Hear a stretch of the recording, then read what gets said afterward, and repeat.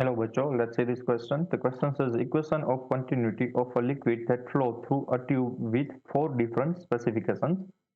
Choose the correct choice of flow specification for which V2 is equal to 30.6 metre पर second.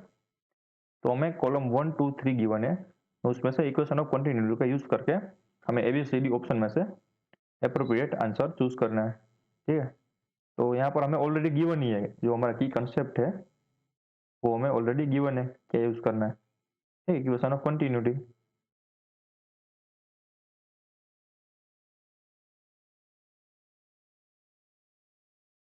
जो कि given होता है A1V1 times A2V2। ठीक है, A1V1 is equal to A2V2।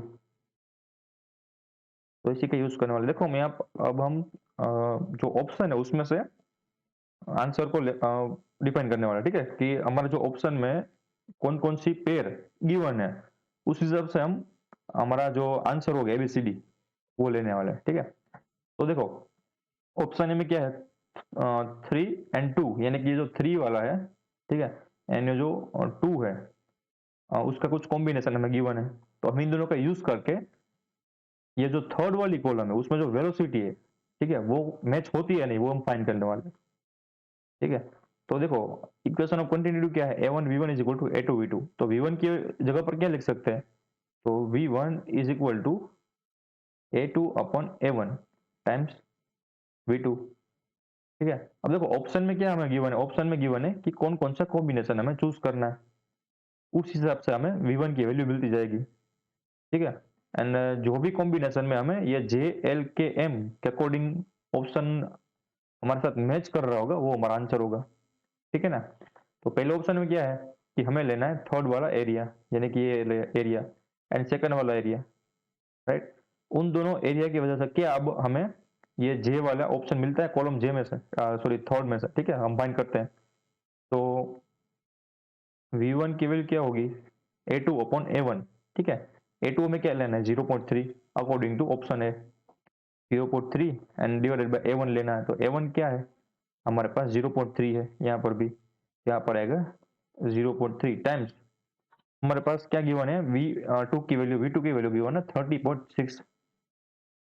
ठीक है, तो हमारा आंसर आएगा 30.6 मीटर पर सेकंड। क्या ऑप्शन सॉरी कॉलम में कोई ऐसी वैल्यू नहीं है, इसका मतलब ऑप्शन ए गलत है। ठीक है, ऑप्शन ए में क्या है कि A2 एंड A1 को यूज करने पर हमें जे की वैल्यू मिल जाएगी, यानी कि हमारी जो वेलोसिटी आने वाली है वो आने वाली है 1 मीटर पर सेकंड, तो वो नहीं आई, इसका मतलब ऑप्शन ए गलत है।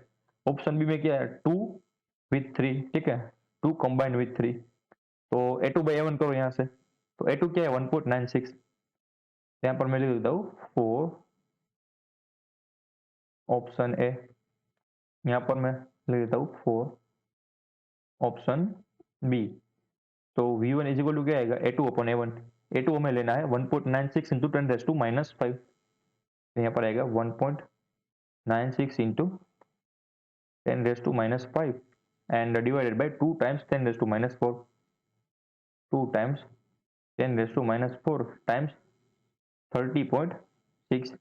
वो तो सारे के सारे केस में सेम ही रहने वाली, तो इसका सिंप्लीफिकेशन करते हैं 1.96 डिवाइडेड बाई 2 एंड फर्दर एक 10 टू द पावर -1 बचेगा। ठीक है, एंड मल्टीप्लाइड बाय बचेगा 30.6। तो हमारा जो आंसर आएगा वो आएगा अप्रोक्सीमेटली 3 मीटर पर सेकंड। ठीक है, 2.9 आंसर आया पर अप्रोक्सीमेटली 3 मीटर आ रहा है। तो सेकंड केस में क्या 3 मीटर है, देखो 2 एंड 3 का कॉम्बिनेशन मिलने पर हमें एल की वैल्यू मिल जाएगी, ये वाली। ओके, 3 मीटर पर सेकंड, तो ये हमारा आंसर आ गया। ठीक है, तो ऐसे हमें अप्रोच करना है इस प्रॉब्लम को। और हमें देखना ही नहीं, क्योंकि हमें ये सिर्फ एक ही आंसर मिलेगा, ऐसा ऐसे एक ही कॉम्बिनेशन मिलना है। ठीक है, आंसर में। So the final answer of the question is that is option B. I hope you understood it well. Best of luck.